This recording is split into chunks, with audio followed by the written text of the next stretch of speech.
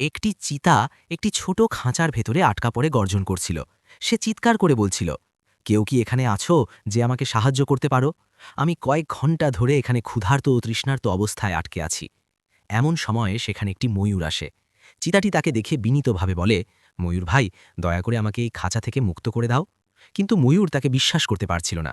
সে বলল, আমি তোমাকে কিভাবে বিশ্বাস করি? হয়তো মুক্ত হওয়ার পর তুমি আমাকেই খেয়ে ফেলবে। চিতাটি তখন বুদ্ধি করে বলে, ঠিক আছে, চলো আমরা কাউকে সাক্ষী মানি। কিছুক্ষণ পর সেখান দিয়ে একটি হাঁস এবং একটি হরিণ যাচ্ছিল। ময়ূর তাদের সব কথা খুলে বলে। চিতা তখন সবার সামনে কথা দেয় যে সে ময়ূরকে খাবে না। ময়ূর সরল বিশ্বাসে তার ঠোঁট দিয়ে খাঁচার দরজা খুলে দেয়। চিতা খাঁচা থেকে বের হয়েই চিতা তার আসল রূপ দেখায়। সে গর্জন করে বলে, আমি অনেকক্ষণ ধরে ক্ষুধার্ত, এখন আমার সবচেয়ে কাছের শিকার তুমি, তাই তোমাকেই আমি খাবো। ময়ূর ভয়ে হরিণ ও হাঁসের দিকে তাকায়, কিন্তু তারা ভয়ে সেখান থেকে পালিয়ে যায়। ঠিক সেই সময়ে সেখানে একটি বানর উপস্থিত হয়। সে এসে চিতাকে থামিয়ে বলে, তুমি ওকে কেন খাচ্ছ? ময়ূর তখন সব ঘটনা তাকে খুলে বলে, কিন্তু বানর তা বিশ্বাস করতে রাজি হয় না। সে বলে, এটা হতেই পারে না, এত বড় একটি চিতা এইটুকু ছোট খাঁচায় কিভাবে আটকে থাকতে পারে?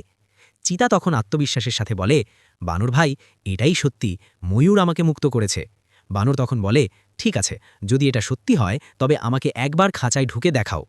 চিতা যেই খাঁচায় পুনরায় প্রবেশ করে, বানর তৎক্ষণাৎ খাঁচার দরজা বন্ধ করে দেয়। চিতাটি আবার বন্দী হয়ে যায়।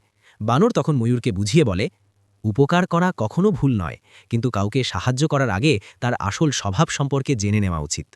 ভিডিও ভালো লাগলে লাইক দিন, নতুন ভিডিও পেতে সাবস্ক্রাইব করুন।